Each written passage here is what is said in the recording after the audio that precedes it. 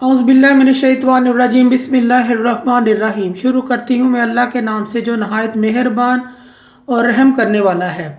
मोअज़्ज़िज़ सामीन कराम, अस्सलामु अलैकुम रहमतुल्लाह व बरकातुहू। उम्मीद है आप खैरियत से होंगे। अल्लाह पाक आपके तमाम जायज़ हाजात को पूरा करे। अल्लाह पाक आपकी मुश्किलात का हल फरमाए, आमीन। हमारा आज का मौजू है ख्वाब में नंगा देखने के हवाले से।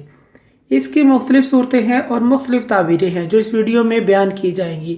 अगर आपने इस चैनल को लाइक और सब्सक्राइब नहीं किया तो कर दें, घंटी के बटन को भी दबा दें ताकि आपको आने वाली वीडियो का नोटिफिकेशन मिल सके। हमारा आज का मौजू है ख्वाब में नंगा देखने के हवाले से। ख्वाब में अपने आप को नंगा देखना दुश्मन से मुकाबला होने या परेशानी होने की अलामत है। ख्वाब में बीवी को नंगा देखना माल बेशुमार पाए और इज़्ज़त हासिल करने की अलामत है।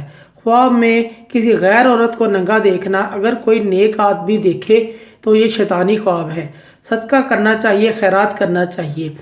और अगर बुरा इंसान देखे तो ये इसके लिए रसवाई, बदनामी, मुसीबत की अलामत है।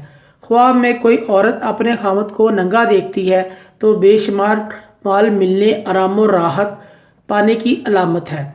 ख्वाब में कोई औरत किसी गैर मर्द को नंगा देखे तो अगर नेक औरत है तो ये शैतानी ख्वाब है।